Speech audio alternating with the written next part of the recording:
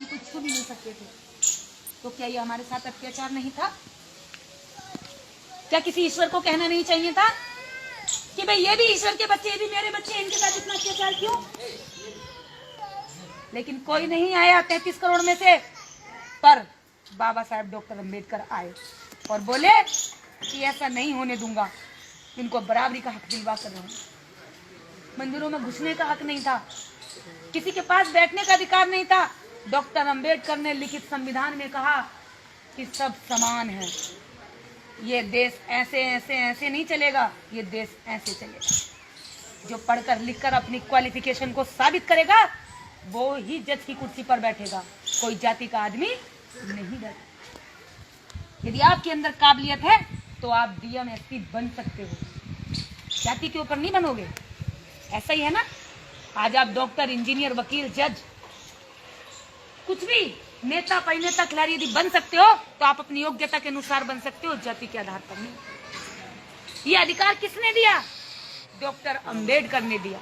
और इस देश के अंदर सबसे बड़ी ताकत जिसको कहा जाता है, जिससे सरकारें तैयार होती हैं, वोट का अधिकार। उस वोट के अधिकार को किसने दिया आपको? कोई नेता आपकी गलियों में आता, नेता आपके पैर छूता? आपको क्या लगता है, यदि आपके पास वोट का अधिकार नहीं होता तो नेता आपके पास आते, नेता आपसे बात करते? अरे नेताओं को तो आपकी बच्चों से भी बदबू आती है, उनके पास समय नहीं है आपके पास आने का, लेकिन उनकी मजबूरी है। किसकी बदौलत आते हैं वो आपके पास? आपके वोट की शक्ति को लेने आपके पास आते। इन औरतों के पास भी आते जिन औरतों को कोई पूछता भी नहीं था। पूछता क्या कोई तुम्हें? ये शक्ति किसने दी तुम्हें? वोट की शक्ति किसने दी? ये वोट की शक्ति बाबा साहेब डॉक्टर अंबेडकर ने दी। और इस शक्ति को देने के लिए डॉक्टर अंबेडकर ने जानते कितनी कुर्बानियां दी? जब 1932 में डॉक्टर अंबेडकर गोलमेज सम्मेलन लंदन में जा रहे थे, आप लोगों की बात रखने के लिए वहां मीटिंग थी और सभी अपने अपने जनप्रतिनिधि तैयार थे वहां जाने के लिए, अपनी अपनी बात रखने के लिए, अछूतों की बात रखने के लिए डॉक्टर अंबेडकर को चुना गया। डॉक्टर अंबेडकर का बेटा मरने की कगार पर था, उसको डबल न्यूमोनिया हो गया। डबल न्यूमोनिया जब बच्चे को हुआ तो डॉक्टर अंबेडकर को उसी दिन लंदन जाना था। डॉक्टर अंबेडकर अपना बैग पैक करके निकल पड़े जहाज की ओर। उनके बड़े भाई आनंद ने कहा कि ये बीमा तू बहुत ही कट्टर है, बच्चा मरने की कगार पर है और तू लंदन जा रहा है। तब डॉक्टर अंबेडकर ने जानते हैं क्या कहा, आपका पक्ष रखते हुए उन्होंने कहा कि मुझे मरते हुए अपने एक बच्चे की चिंता नहीं, मुझे मरते हुए इस समाज के अनेकों बच्चों की, 6 करोड़ अछूत दलित बच्चों की चिंता है, इसलिए मुझे जाना पड़ा। डॉक्टर अंबेडकर मरते हुए बच्चे को छोड़कर चले गए। आज आपको उस वोट का अधिकार दिया और उस वोट के अधिकार को हम पौए में बेच रहे हैं, लड्डू में बेच रहे हैं, साड़ी में बेच रहे हैं। ये वोट का अधिकार ऐसे नहीं मिला।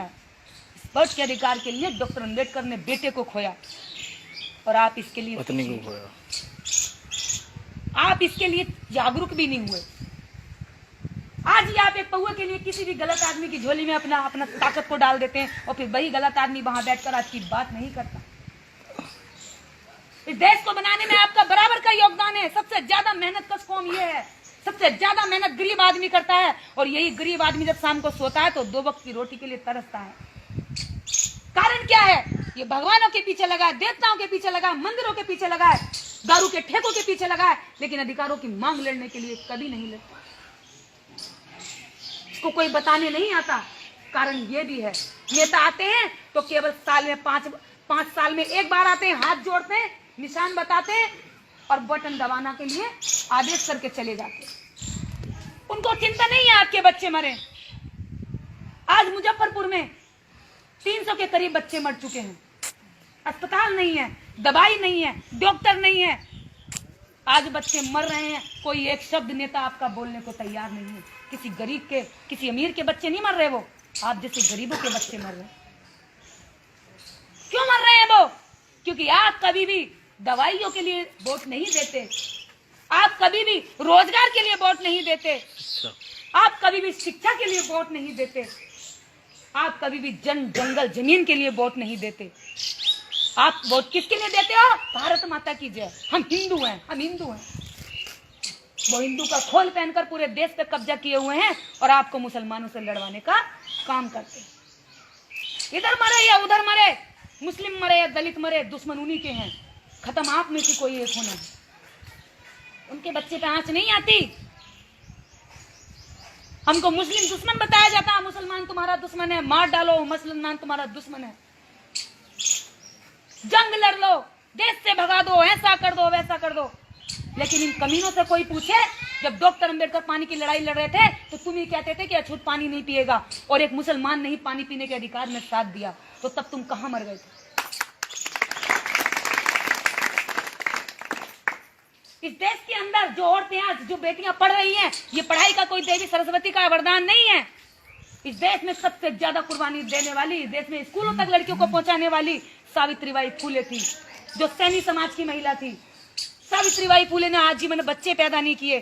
सावित्रीबाई फूले पढ़ी पहले, उनके पति माली जाति के थे और उनका दोस्त पंडित था, लेकिन जब ब्राह्मण की शादी हुई तो किसी ने देखा, अरे सैनी समाज का आदमी हमारी शादी में चल रहा है, नहीं नहीं नहीं नहीं नहीं, अछूत है ये, इसको बाहर निकाला जाए वरना बारात नहीं चलेगी। जब उन्हें बाहर निकाला तो ज्योतिबा फूले लौट कर जा रहे थे, अपमान का घूंट पीकर उन्होंने कसम खाई कि मैं इतना पढ़ा लिखा, मैं इतना ज्ञानी, मैं इनसे ज्यादा पढ़ा लिखा, और ये आदमी मुझे इसलिए निकाल रहे हैं क्योंकि मेरी जाति छोटी है, मेरे ज्ञान की कोई कदर नहीं है। इस समाज को बताना पड़ेगा, जब मेरे जैसे पढ़े लिखों के साथ ऐसा हो सकता है तो मेरा समाज तो अनपढ़ है, अशिक्षित है, भोला है, सीधा है, उसके साथ क्या क्या होगा। उन्हें चिंता आई, जब उन्हें चिंता आई तो उन्होंने ये देखा कि समाज को कैसे सुधारा जाए, तो सुधारते सोचते सोचते रात भर उन्होंने इस निष्कर्ष पे पहुंचे कि पहले महिलाओं को सुधारा जाए, क्योंकि बच्चों को संस्कार देने वाला पुरुष नहीं, माँ होती है।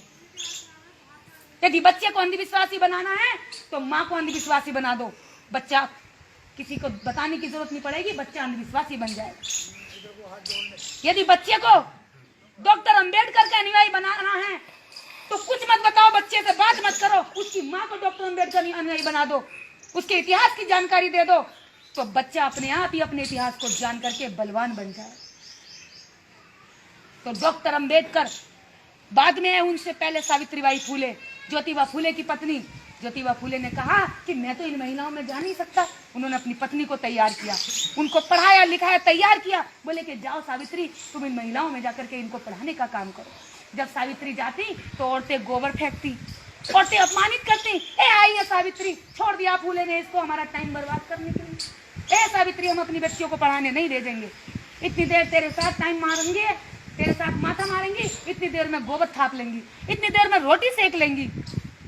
सावित्री को अपमानित करके भगा दिया जाया करता, लेकिन सावित्री ने हिम्मत नहीं हारी। सावित्रीबाई फूले जब घर पहुंचती तो बहुत बार रोती, उस अपमान के घूंट को पीकर घर में रोती, रोटी सेकती जाती और रोती जाती। तब ज्योतिबा फूले आते तो पूछते कि सावित्री क्या हुआ, कि समाज के ताने तुझके सुनकर तुम रो रही हो, तुम दुखी क्यों हो रही हो, इस समाज के तानों से तुम दुखी क्यों हो रही हो सावित्री। सावित्रीबाई फूले का जवाब सुनोगे तो आपकी रूह कांप उठेगी। सावित्रीबाई फूले ने जवाब दिया कि फूले, मैं इसलिए नहीं रो रही कि ये मुझे अपमानित करते हैं, मैं तो इसलिए रो रही हूँ कि ये अपने अपमान को किस दिन पहचाने। मैं इसलिए नहीं रो रही कि मुझे गाली देती हैं, मुझे भगा देती हैं, मुझे पागल कहती हैं, मैं तो इसलिए रो रही हूँ कि अभागी महिलाएं अपने भाग्य खोलने के लिए कब तैयार हों, कब शिक्षा का मार्ग पहचानेंगी, कब ये मंदिरों को छोड़ करके शिक्षा के स्कूलों में, विद्यालयों में पैर रखेंगी। और जिस दिन ये ऐसा करने लगी उस दिन मैं समझूंगी कि मेरा जीवन सफल हो गया। सावित्रीबाई फूले ने आज से 100 साल पहले ये बात कही, 150 साल पहले, और आज फिर एक माँ चाहती है कि मेरी बेटी स्कूल में जाकर पढ़ाई करे। ये किसका विचार है? ये स्कूल किसके लिए तैयार किए गए? आप लोगों के लिए तैयार किए गए, और किसी देवी देवता ने नहीं, सावित्रीबाई फूले ने तैयार किया। लेकिन मंदिर में बताया जाता है, स्कूलों में बताया जाता है कि सरस्वती माता शिक्षा की देवी है, जिसके पास कोई डिग्री नहीं, जिसने कहीं कोई पढ़ाई नहीं करी, उसको हमारे माथे पर थोप दिया गया। सावित्रीबाई फूले ने इस देश के अंदर जो त्याग बलिदान दिया उसको हम नहीं जानते, हम तो काली मैया को जानते हैं, हम दूसरी देवियों को जानते हैं। डॉक्टर अंबेडकर ने वोट के लिए शरीर पर अच्छा कपड़ा पहनने के लिए 6 जेब आज कपड़ों में लगी हैं और हर जेब में पैसा निकलेगा। ये जेब यहाँ तक बनाने के लिए, यहाँ तक बैठाने के लिए, कुर्सियों तक लाने के लिए अपने बच्चे की कुर्बानी दे दी, अपनी बीवी की कुर्बानी दे दी। तो डॉक्टर अम्बेडकर के बारे में ये महिलाएं नहीं जानती। लेकिन जिस भोले ने किशन ने कुछ नहीं करा, उस भोले किशन के गीत गाएंगी और उसकी पूजा अर्चना में लगी रही। तो तुम्हारा बेड़ा गर्क कैसे नहीं होगा बहनों? कैसे नहीं होगी बर्बाद तुम? कैसे तुम्हें अधिकार मिल जाएंगे देश के अंदर? भाई तुम्हारी लाइन ये है, तुम्हारा मकान ये है, और तुम मकान की बगल वाली नाली पे कब्जा करके बैठे हो। तुम्हें मकान पे कब्जा कैसे मिल जाएगा? तुम्हारे कब्जे की बात बताती हूँ। इस देश के अंदर एक वोट तुम्हारा है, एक वोट टाटा, बिरला, अंबानी और प्रधानमंत्री का है। जितना हक टाटा, बिरला, अंबानी का है, इतना ही इस देश की प्रत्येक संसाधन पर आपका भी बराबरी का हक बनता है। लेकिन आप ये लड़ाई कभी भी नहीं लड़ पाते, क्योंकि आपको फुर्सत नहीं है कांवड़ लाने से, क्योंकि आपको फुर्सत नहीं है दारू में झूम जाने से, आपको फुर्सत नहीं है आपस भाई भाई में लड़ जाने से, आपको फुर्सत नहीं है अगर बगल वाला बढ़ रहा तो उसकी टांग खींच जाने में। आप दूसरे ही काम में लगे हुए हो, तो आप कब लड़ोगे अपनी लड़ाई हक की? ये कब तक ये बच्चों को तैयार करोगे? इन्हें पैदा करके हम डीएम बनाने के लिए तैयारी नहीं कर रहे, मजदूर तैयार कर रहे हैं। यदि हमने 4 बच्चे पैदा किए आज की डेट में, तो हमने 4 मजदूर तैयार कर दिए और नेताओं के लिए 4 वोट तैयार कर दिए, पर अपने लिए हमने कुछ भी नहीं किया। ये हमारे समाज की सच्चाई है।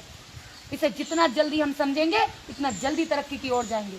यदि मेरी एक बात भी झूठ हो तो आप बताना, बताओ कौन पिता यहाँ ये कह सकता सीना ठोक के कि मैं अपने बेटे को आईएएस बनाना चाहता हूँ और मेरे बच्चा बहुत तैयारी कर रहा है?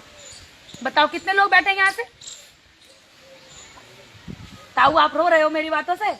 ताऊ बहुत देर से रो रहे हैं। ताऊ सीने में दर्द है ये हमारे गांव को और अंता को नहीं कर सकता जी। ये क्या है? ये बाबा साहब की कुर्बानी के लिए मैंने अपना जगह दिया। देखिएगा, ये मैंने सरकार में जाकर उधम सिंह नगर में मांग करी। माननीय उपजिलाधिकारी महोदय जसपुर उधम सिंह नगर जन विकास मंच के सौजन्य से भारत रत्न